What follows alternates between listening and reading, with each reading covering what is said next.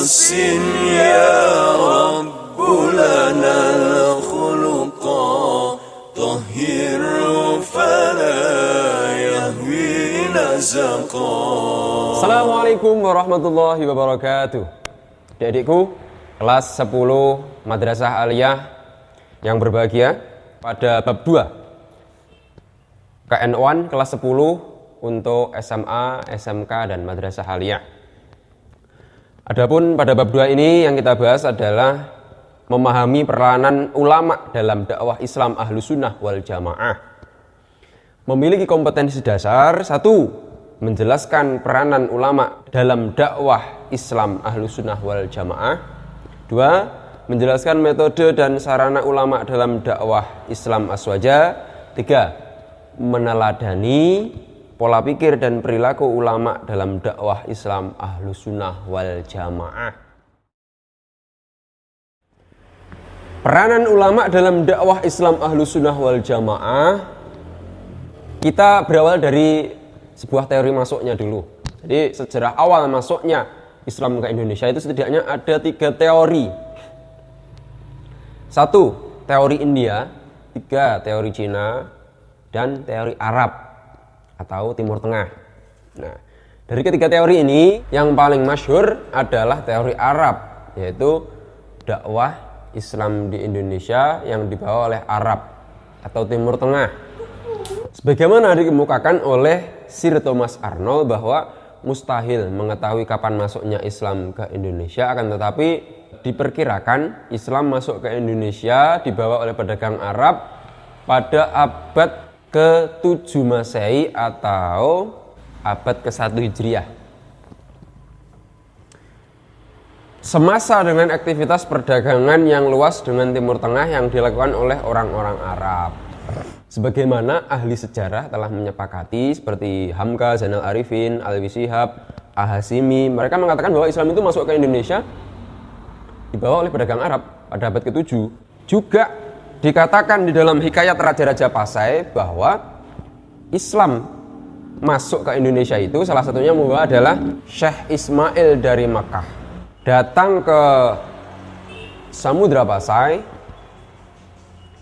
dan berhasil mengislamkan Raja Silu. Nah, Raja Silu inilah yang nanti akan berganti nama menjadi Malikus Saleh. Yang berikutnya, Hikayat Merok Mahawangsa juga mengatakan seperti itu. Syekh Abdullah Al-Yamani dari Mekah itu ke Nusantara dan berhasil mengislamkan para penguasa di penduduk Kedah.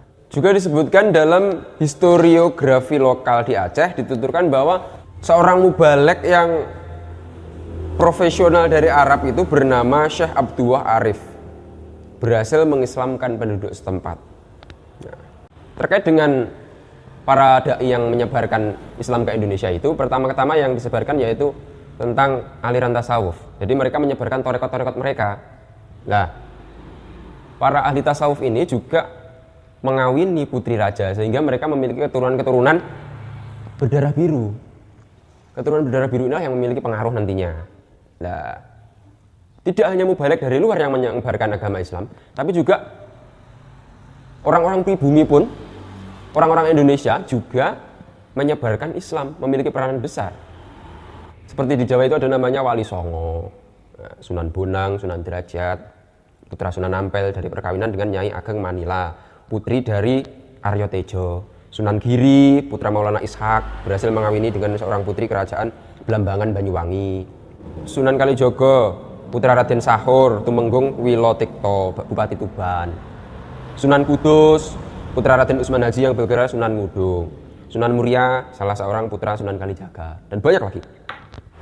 Kemudian mereka bisa sukses menyebarkan agama Islam dengan jalan damai tanpa peperangan sedikit pun, itu dengan jalan mereka menggunakan metode-metode yang sangat baik, bijaksana, arif, sehingga tidak terjadi pertumpahan darah.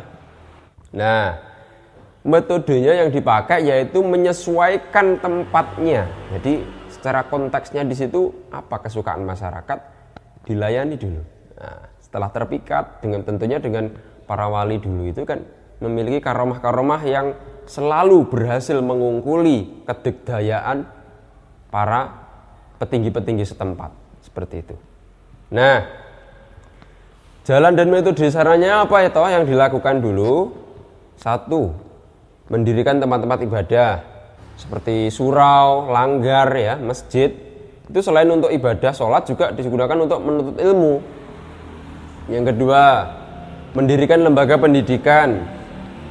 Seperti halnya di Minangkabau ada surau, ada di Jawa ada namanya pesantren, pondok, itu tahap berikutnya. Kemudian disitulah mereka mengajarkan ngaji, malah mengajarkan ilmu tata cara beribadah, mengajarkan dasar-dasar keimanan, peribadatan dan akhlak.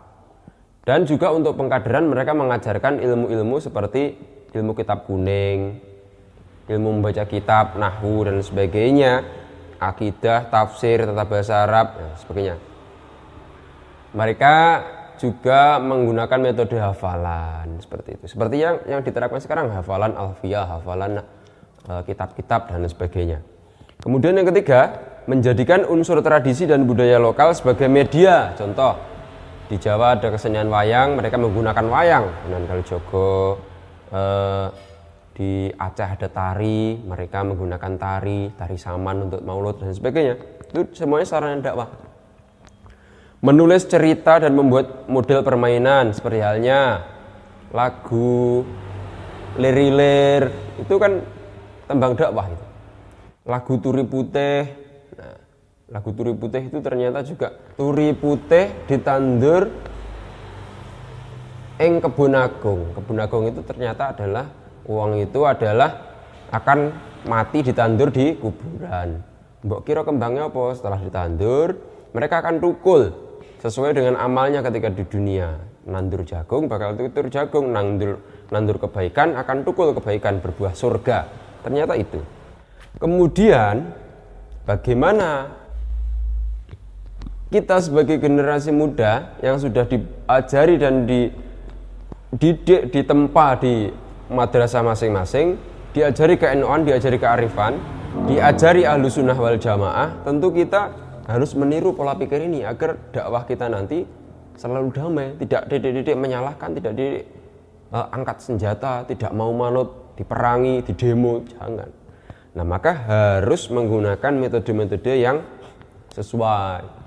Para mubalik dulu, para wali itu menggunakan metode yang diajarkan oleh Al-Quran, apa? Bil hikmah wal mau'idatil hasanah. Bil hikmah, dengan hikmah, dengan kearifan, dengan ma'ruf, dengan pengertian, tidak sembrono, dengan hati-hati, tidak kekerasan, itu dengan hikmah, kebijaksanaan, tegas, lugas, sederhana. Jadi bahasa agama yang sulit itu disederhanakan oleh mereka agar mudah dipahami oleh masyarakat. Nah, kemudian mau'idhah hasanah, ya ceramah, seperti itu. Pitutur yang baik. Jidal, tukar pikiran, diskusi, menampung segala pertanyaan dari masyarakat. Nah, kemudian langkah realnya seperti apa? Langkah realnya, satu, ibda' binafsik, memulai dengan diri sendiri. Kedua, berakhlakul karimah, dengan jalan damai, mendahulukan akhlak dan adabnya. Walaupun mungkin kita sebagai seorang pendakwah itu muda, kita harus hormati yang tua, janganlah mereka merasa digurui. 3, menggunakan siasat dan cara-cara yang bijaksana. Jangan terus dakwah jam 12 bengi, lah itu tidak bagus. Karena waktunya istirahat. Nah, harus tahu kondisi, menggunakan kalbu yang selanjutnya. Jadi ada sambung rasa antara pendakwah dan yang didakwahi sehingga klop. Klop itu seperti halnya seia sekata, seperti itu. Dengan kontak batin. Komunikasi kalbu ini bisa difatihai, didoakan dan sebagainya. Kemudian bahasa dan pitutur yang arif dan bijaksana juga. Nah, Tentu melihat kondisi zaman yang sudah berkembang seperti ini, kiranya kita juga tidak boleh ngeplek dengan metode dahulu, terlalu sederhana. Maka kita harus juga mengikuti perkembangan zaman. Kita ambil metode mereka, kemudian kita plek nih di zaman sekarang. Misalnya kalau dulu itu ngetrennya wayang di zaman Sunan Kalijaga, maka ngetrennya sekarang apa?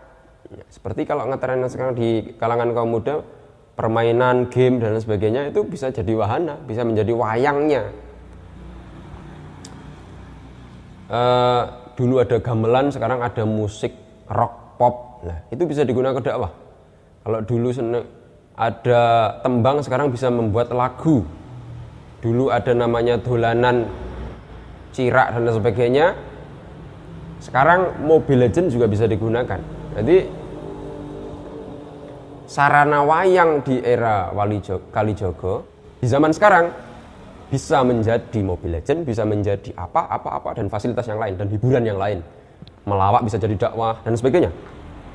Yang ilmuwan juga menulis karya ilmiah. Yang hobi melukis juga melukis yang berbau Islam, berbau dakwah.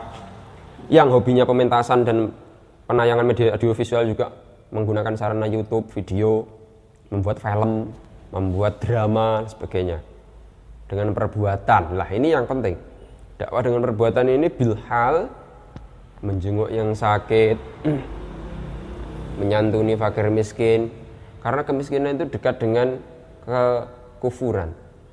Kalau mereka kufur bisa pindah agama, maka perlu disantuni. Nah, itu namanya dakwah bilhal.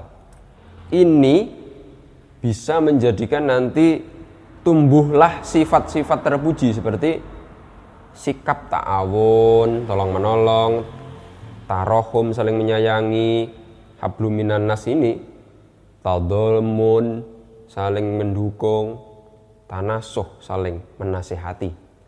Nah.